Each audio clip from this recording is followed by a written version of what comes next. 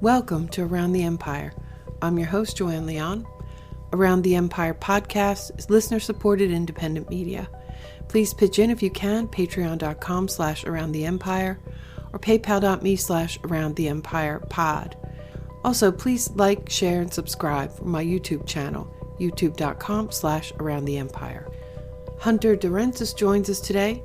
Hunter describes the U.S. foreign policy establishment, or quote-unquote the Blob, as, quote, a self-appointed mandarin class, or if you prefer, deep state, that has largely operated unmolested until the advent of Trump, now appears to believe that it can foil or even subvert the policies of a president it deems unfit for office, a development that should worry Democrats and Republicans alike, unquote.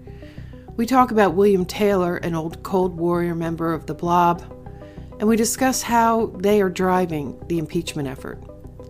We also talk about the anonymous op-ed published in the New York Times last year, and a new book by the same anonymous author, titled The Warning, published this month. Lastly, I asked Hunter to speculate on who that anonymous author might be, and he gives us his theory and the reasoning behind it.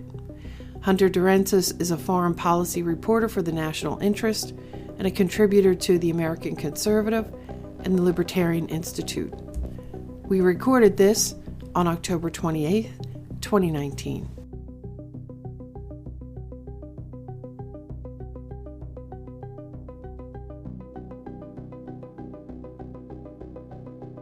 Hunter DeRensis is here talking to us today from Washington. Hello, Hunter. Welcome to Around the Empire. Hi, Joanne. Thank you so much for having me. Great. Thank you for doing this. I really appreciate it. Of course. Because this is the first time you're on the show, take a couple of minutes and just tell us a little about yourself. Sure thing. I'm a young guy, so not much to talk about at this point. But for the past 10 months, I've been the foreign policy reporter at the National Interest. If your listeners aren't familiar, it's a magazine whose lineage goes back to the 1980s. It's one of the, I would say, most respected foreign policy publications in the country. It is a very strong pedigree when it comes to what we've published. Fukuyama's essay, The End of History, or Huntington's essay, Clash of Civilizations. We're the ones who originally published those. And for the last 10 months, I've had the pleasure of being their reporter. I'm also a regular contributor to the American Conservative, and so regular contributor to the Libertarian Institute. And I've been writing the past year and just focusing on matters of war and peace and foreign policy in general. Great, thanks. Yeah, well, I guess I'm not surprised that I liked your article so much then, because all of those institutions, I have some friends there, and though we have different political backgrounds, we have a lot of common ground on foreign policy. So, yeah, I didn't know, although Kyle Anzalone mentioned, he said, I think he writes for the Libertarian Institute too. So, Scott Horton is the one who actually first encouraged me to start writing. Scott's a great guy, and honestly, almost everything I know from foreign policy comes from just listening into his radio show for the past couple years. Yeah, he's the best teacher you can get. I totally agree with that. Yeah, I like Scott a lot, and he's part of the reason why I started this podcast. So, well, I think we're going to get along well then, Hunter. And this is a great article for a couple of reasons. I like a few of the things that you touched on here. First of all, great title, The Blob Strikes Back. Thank you. I wish I could take credit for titles, but that's all the editors. Oh, is it really? Oh, that's funny. And I saw it was doing really well. It was like at the top of popular articles the last time I looked. And then also Pat Lang at the Sic Semper Tyrannis blog, he refers to the same thing as the Borg. So, everybody's got this same, for anybody who's not familiar with it, the Blob is the foreign policy, I would describe it as the foreign policy establishment, the kind of consensus existing among our political elites that has existed for several decades, that at this point, the thinking process of that and the their ideas of how the U.S. should function in the world is so ingrained and has such institutional traction that it's manifested in what some call the blob, that it's a power in its own right. Just this thinking is hard to push against, and that's why it's so hard for insurgents or people who are not part of the foreign policy consensus like you or I to push back on it, because it's very hard to push back on something that has basically ruled for the past 70 years unhindered. Right. It's very heavily influenced by NATO, by the intelligence agencies or the intelligence complex, whatever you want to call it. And right now, Trump is up against it in a very big way. Mm-hmm. Let me just read the first couple of paragraphs of your article, just to give the audience a sense of it. You say, as William Taylor's testimony about Ukraine creates shockwaves in Washington, a self-appointed mandarin class, or if you prefer deep state, that has largely operated unmolested until the advent of Trump, now appears to believe that it can foil or even subvert the policies of a president it deems unfit for office, a development that should worry Democrats and Republicans alike. President Donald Trump campaigned and was elected on a platform of improved relations with Russia. Yet 3 years after his election, no real improvement has materialized, and if anything, they've deteriorated. Why? One reason is that those who seek to repair the damage caused by 30-year deterioration in trust and cooperation face an uphill battle against what has recently been given the colloquial name the Blob. The term, coined by the Obama White House staffer Ben Rhodes, refers to the foreign policy establishment, mostly located in Washington, D.C., and constantly focused on the putative decline of American influence abroad.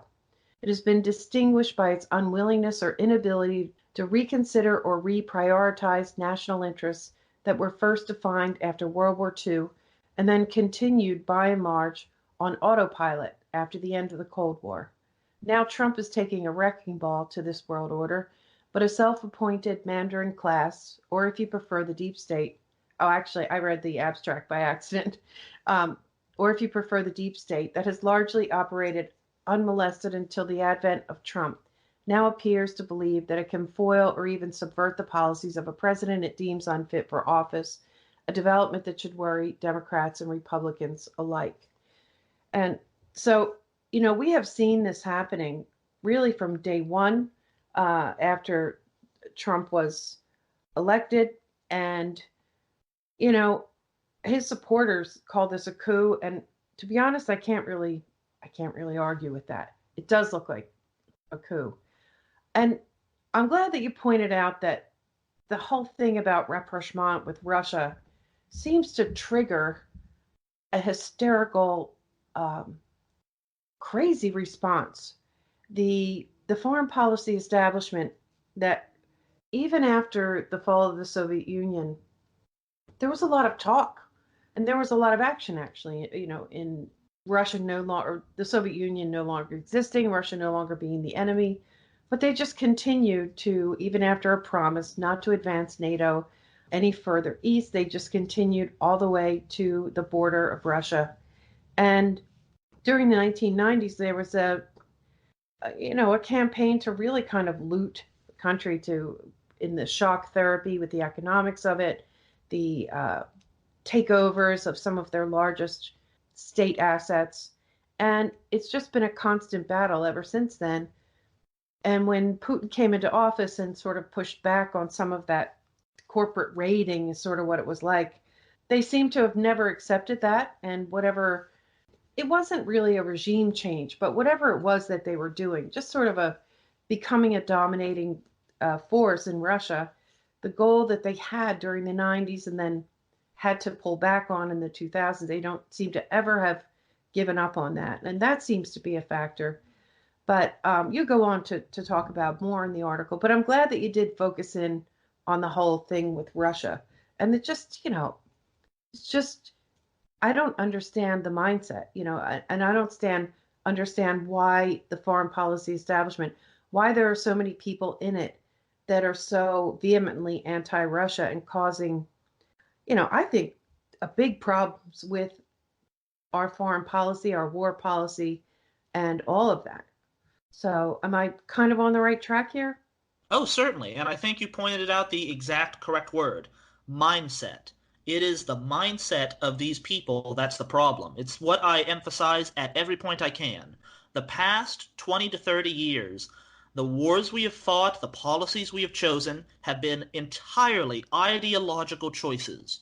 They have no bearing on the national interest of the United States, the American people, whatsoever. It's not about making us richer, safer, better off, more at peace. They are wars of ideology because the mindset of the political class here in Washington D.C. and among the American elites is that the United States, this portion of North America, has the right, whether they believe, in whether they believe that's a right given by God or a right given by the God of democracy or what have you, that the United States, in the words of former Secretary of State Madeleine Albright, sees farther than other nations. We are the exceptional ones. It is the United States who has no choice in the matter, must lead the world.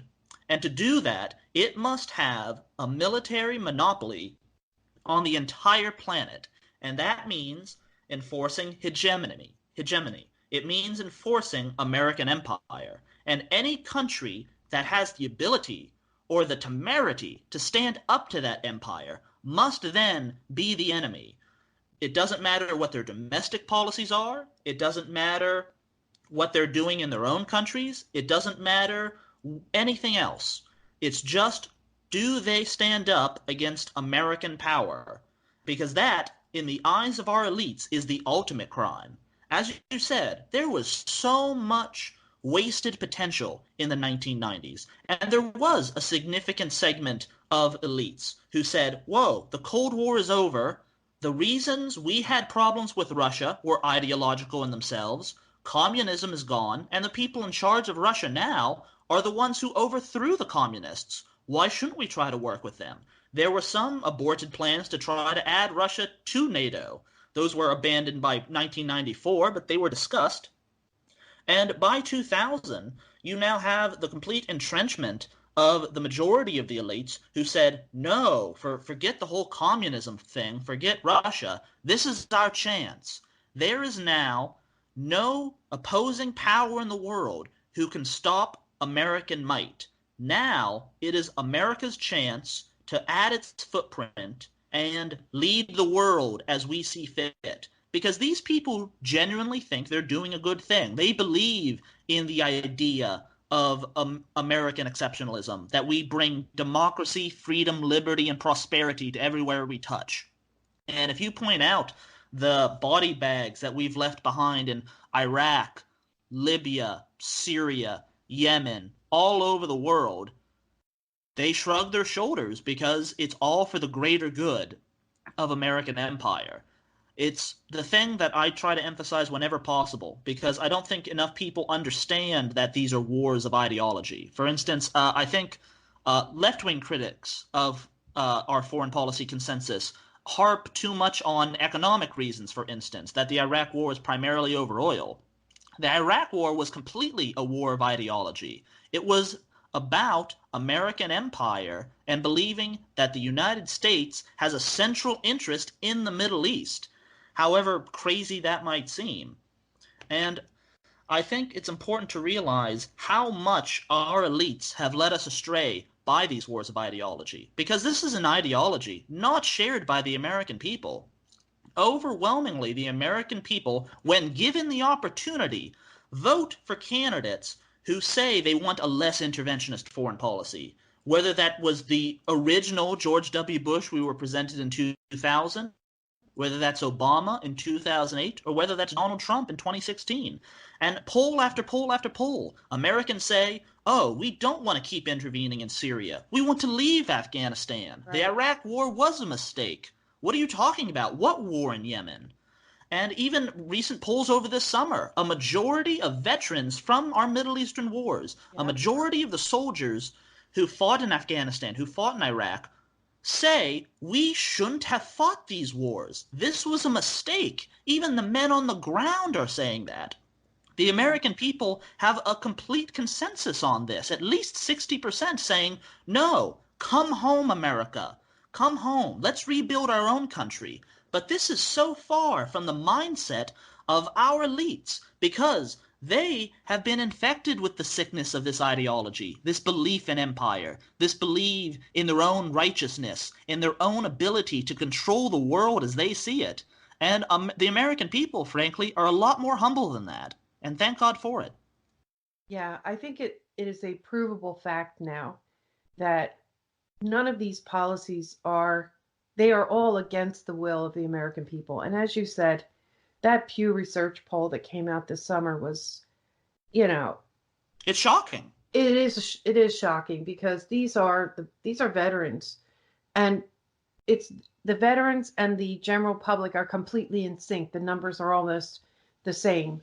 But they're saying, not only, would they want to end those wars or whatever, they say those wars were not worth fighting.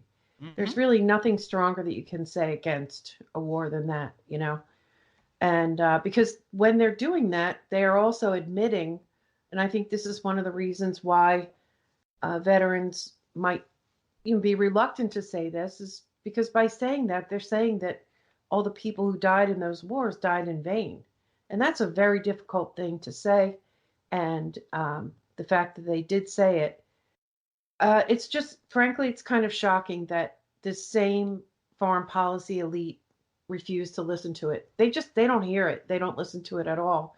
And I think in recent, I think it was right before John McCain died, or perhaps a year before he died, he spoke at the in Germany. They have the Munich Security Council, and he gave this sort of rousing speech about the West. He called it the West, and how the West, must continue to lead the world. They talk about things about international norms, and uh, they throw in all kinds of words, freedom and democracy and all that, but they don't really mean it.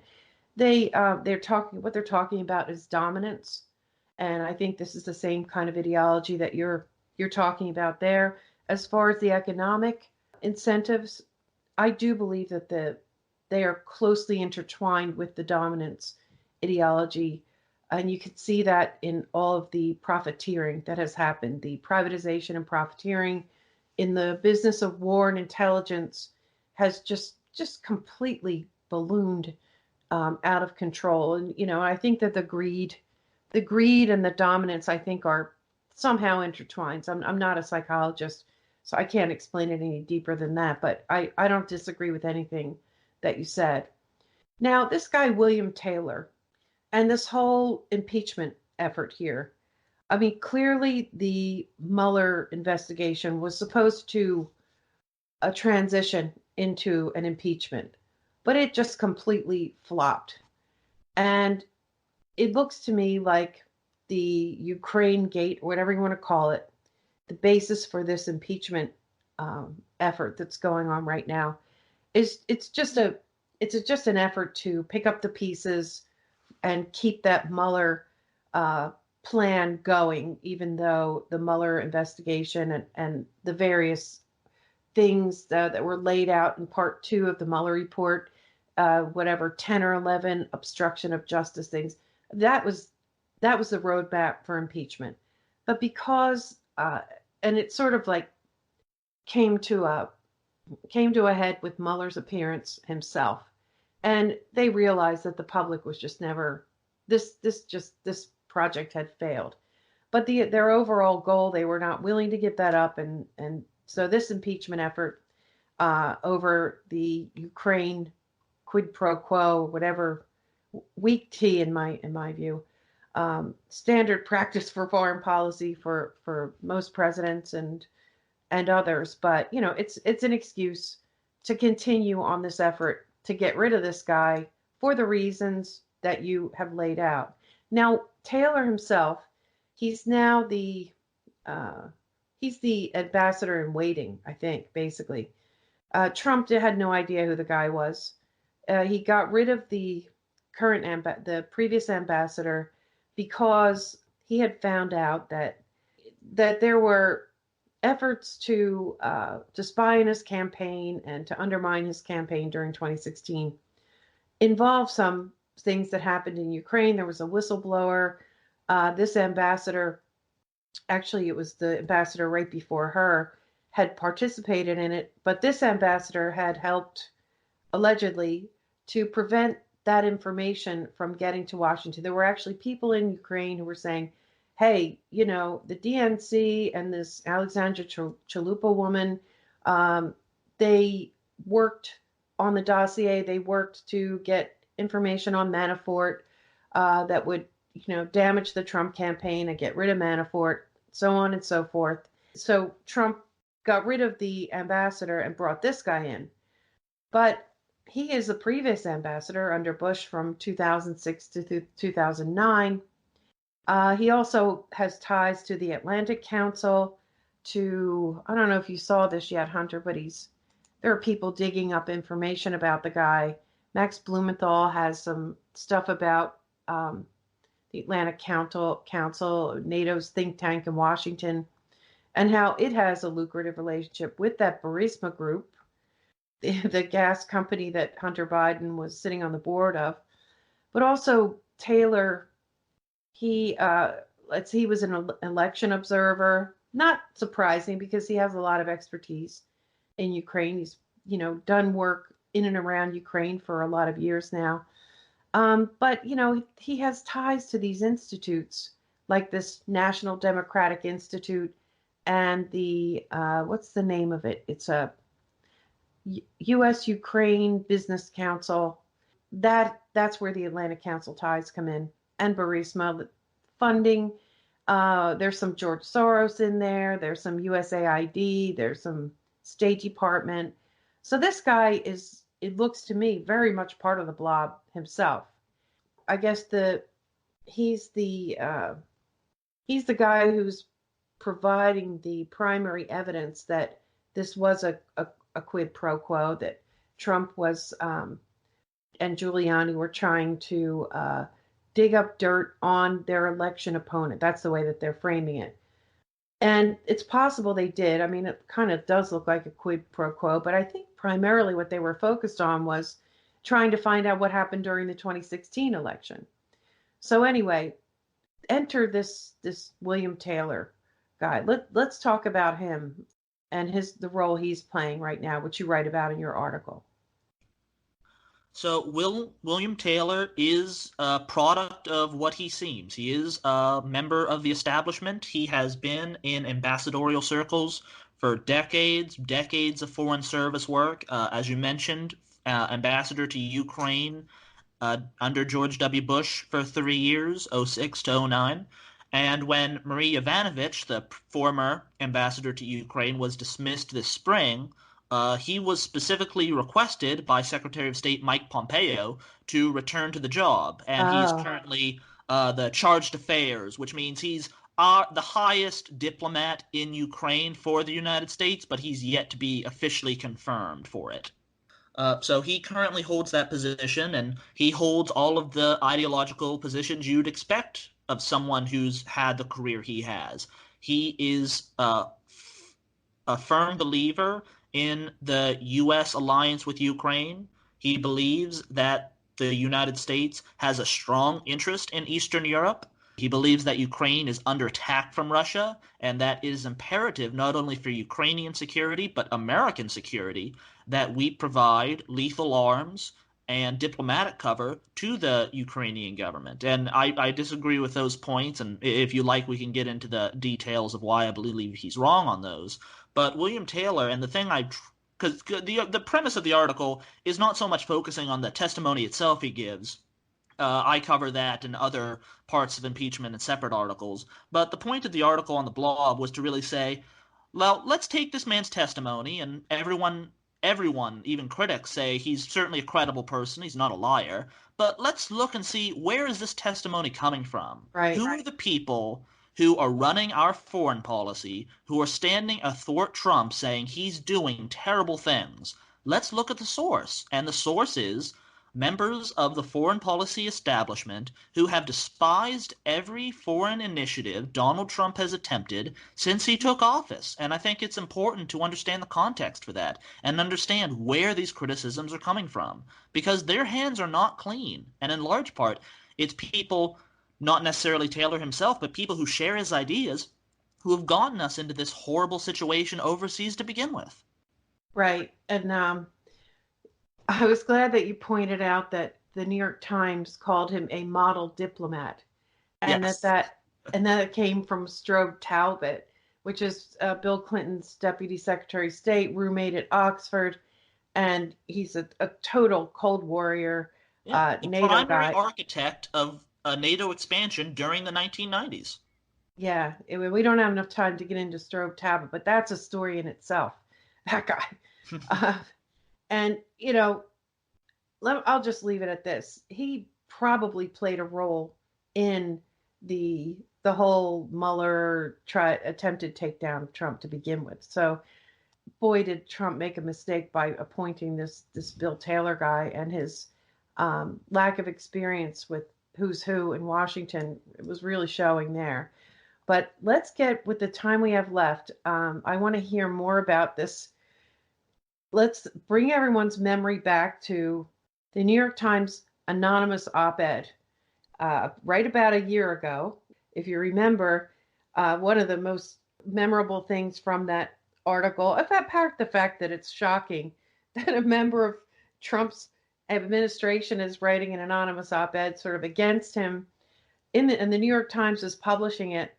And in that article, I remember the person saying that we're not the deep state, we are the steady state. And I thought, oh my God, you can't make this stuff up, Hunter. You just can't even make it up. And now this person's writing a book, right? I didn't know about this until you wrote about it.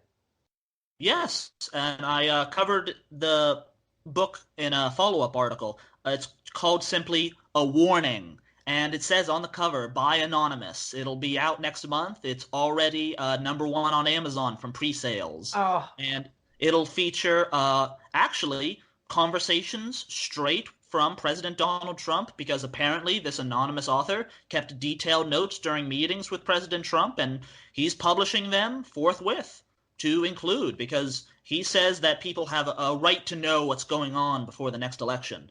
And just the fact that this is happening is simply outrageous, because what this individual is doing, first of all, it speaks to the elitism of this entire thing, that, as you mentioned, calling it the steady state. Oh, we're not the deep state. We're not a bunch of unelected bureaucrats resisting the elected will of the American people. We're just keeping things steady. We're keeping things as they should be. Don't you realize this? Because just as we mentioned earlier, there is such diametric differences between what the American people say they want and what the elites ruling this country actually do. And the author of this anonymous op-ed speaks squarely in the camp of the elites, because Donald Trump was elected popularly saying, we want better relations with Russia, we want significant changes in our foreign policy. And the elites say, you don't know what you really want. We'll decide for you. Don't worry about it. Which is frankly disgusting. And now you have, and of course the New York Times granted anonymity to this individual because they did not have the courage to, one, either voice their complaints openly within the administration. If he is a member of Donald Trump's inner circle, then he has the presidency here, and he has the ability, and he should, if he has this point of view, argue in front of the president and lay it out. But as soon as the president makes a decision and says, no, I want better relations with Russia, or I want to leave Afghanistan, or I want to leave Syria, as soon as he makes these decisions, it should be the job of this individual to either carry it out or resign, which he perfectly well could. Resign and then go on 60 Minutes, give an open New York Times interview saying, hey, the president's doing this, I disagree with it for A, B, and C. But this official is trying to have his cake and eat it too. He's trying to stay in the administration and keep his job while at the same time cowardly arguing against policies while outside the administration. He's trying to ride the fence on this, and frankly, it's outrageous. yeah. and that was sort of one of the points in the op-ed that he was making. Like, well, don't worry, we got this. We're here, and we're gonna circumvent. We're gonna sort of prevent. We're gonna sort of temper some of the decisions that this guy makes, and we're gonna reverse them. And they It was hope just that works because the elites in this country think, or at least hope to God for their sakes, that Trump is an aberration. Oh, 2016, oh, that was just a hiccup. It couldn't happen again. This thing, the worst thing ever happened. What's the likelihood it's going to happen again? They don't realize that Donald Trump has initiated a permanent change in American politics. The Republican Party of George W. Bush that this anonymous official pines for, the party of bailouts and endless war and bigger government, that party is dead. We are never going back to 2006. Donald Trump, whether you love parts of his platform or hate them, has created a new Republican Party going forward. And this official and the elites that he represents really need to get used to that. yeah. Now I can't resist asking you if you have any What? guesses on who you think this is.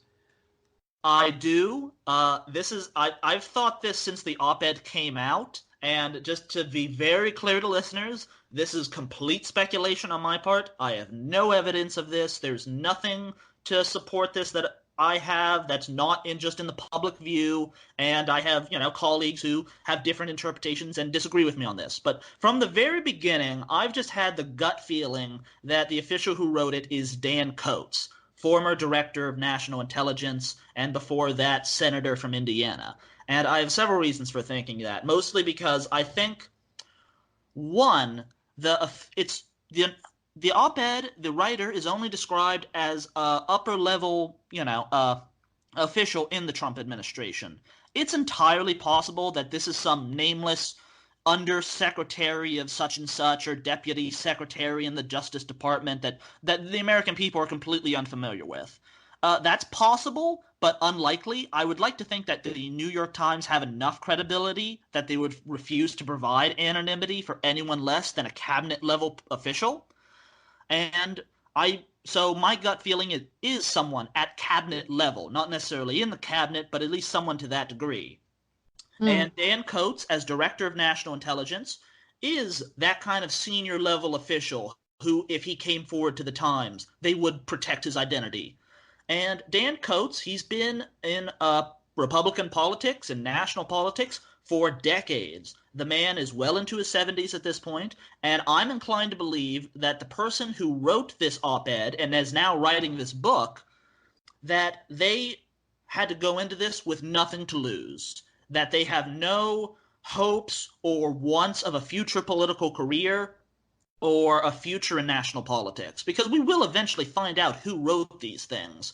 It's been a year since the op-ed, but now that the book is coming out, which I'm sure will provide some kind of contextual information, that they're going to provide conversations they had with President Trump during meetings, and the administration will know, oh, who was in these meetings? Who would have had these notes? And being able to narrow it down from there, I think it's obvious the identity will come out. So I'm inclined to think it's someone of a certain age, of a certain background, who's not looking for a political future. For Hmm. instance, Nikki Haley was not going to write something like this when she wants to be president and all of this stuff. Anyone who has a future political career wants one, I don't think would be behind this. So No. I'm looking for a senior official. And just the way the op-ed is written, where it is calling for all of the nice Republican keywords that we've heard in politics for the last 40 years, all of the signals, all of the right things, just the exact words that you could copy and paste from the GOP platform every party convention. I'm inclined to think that it is a stalwart politician in the GOP ranks, very rank and file, who doesn't really have any kind of outside ideas. So I'm inclined to think Dan Coats for that reason. And then finally, I think, but again, by the way the op-ed is written, the primary motivation listed is foreign policy. A lot of the Republican stalwarts like what Trump is doing on regulation, on cutting taxes, on so many domestic fronts. It's primarily foreign policy where they think he is Satan incarnate. And the op-ed talks about foreign policy, and it mentions Russia specifically as the biggest problem. We know that while in office, as Director of National Intelligence, Dan Coats pushed back on Trump's feelings about rapprochement with Russia. He pushed back on Trump's counter-narrative. And Trump dismissed Coates finally in August of this year, and we don't know if the current author of the book is still in office or if they've left in the interim since the op-ed was published last year. It's entirely possible. But simply because of his age, seniority in the party, foreign policy views, and standing in the government at the time the op-ed is written, I'm again completely speculating, but I have the gut feeling that Dan Coates is the most likely culprit. That's my logic on it anyway. And like I said, I have colleagues who disagree, who point in other directions, but that is my personal observation of it. Interesting. I know I was just thinking, like, was it John Bolton? But I'm sure he's a Cold Warrior too, but he's very Iran focused, more Iran focused than Russia focused, as far as I know. But that's interesting if it was Dan Coates, I would bet it was a team effort too then. Certainly. No matter who wrote it, I'd be shocked if one person wrote the book that's coming out. Most politicians can't write, an op-ed, let alone a book. So I'm sure whoever wrote it was certainly given assistance on composing this entire book coming out. Do you think that the timing is timed to coincide with this impeachment effort? I think that's just luck of the draw. I'm sure the book's been planned for some time, and the Democrats only initiated impeachment, the official inquiry, less than 2 months ago. So I think that was just an unfortunate timing for Trump. I think I'm going to slightly disagree with you there because I also think that the impeachment effort was planned a long time ago too. But again, we won't find that out. I certainly, absolutely.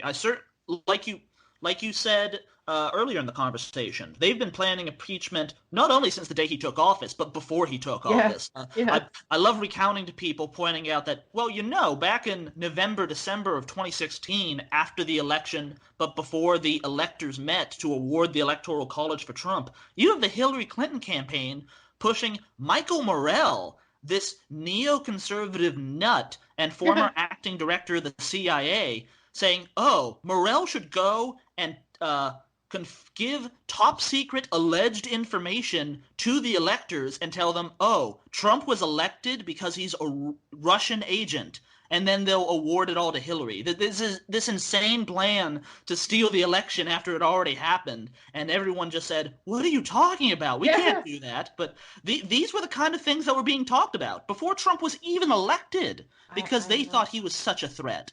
And so you just have this slow-rolling coup the past 3 years trying to get him unseated. And so, yes, I believe impeachment was certainly going to come, but I still think that impeachment on the specific Ukraine issue for this reason, that was just happened to coincide with the publication. Yeah. I got you there. I agree with you there. All right. Well, I've already kept you a little bit over. So anything else we want to cover before we wrap this up?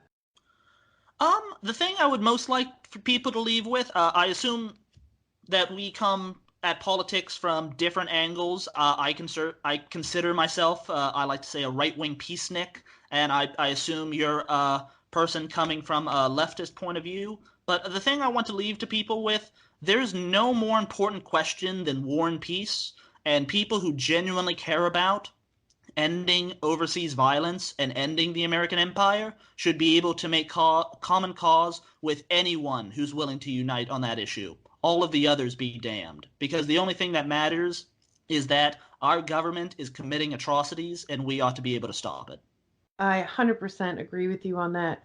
And we are an example. What we're doing right here, we're perfectly can get along perfectly well on this topic that we think is, if not the most important issue of our day, that affects everything else. It's certainly at near the top of the list. So yeah, I join you in encouraging those kinds of alliances. I can put other things aside and work with people on things that are important to us. And then you mentioned you've got some follow-up articles on that. I wish I had read them before I talked to you, but I will look for those and link those in the show notes too. And I really appreciate it. Thank you so much, Hunter. Thank you so much for having me, Joanne. It's been a pleasure.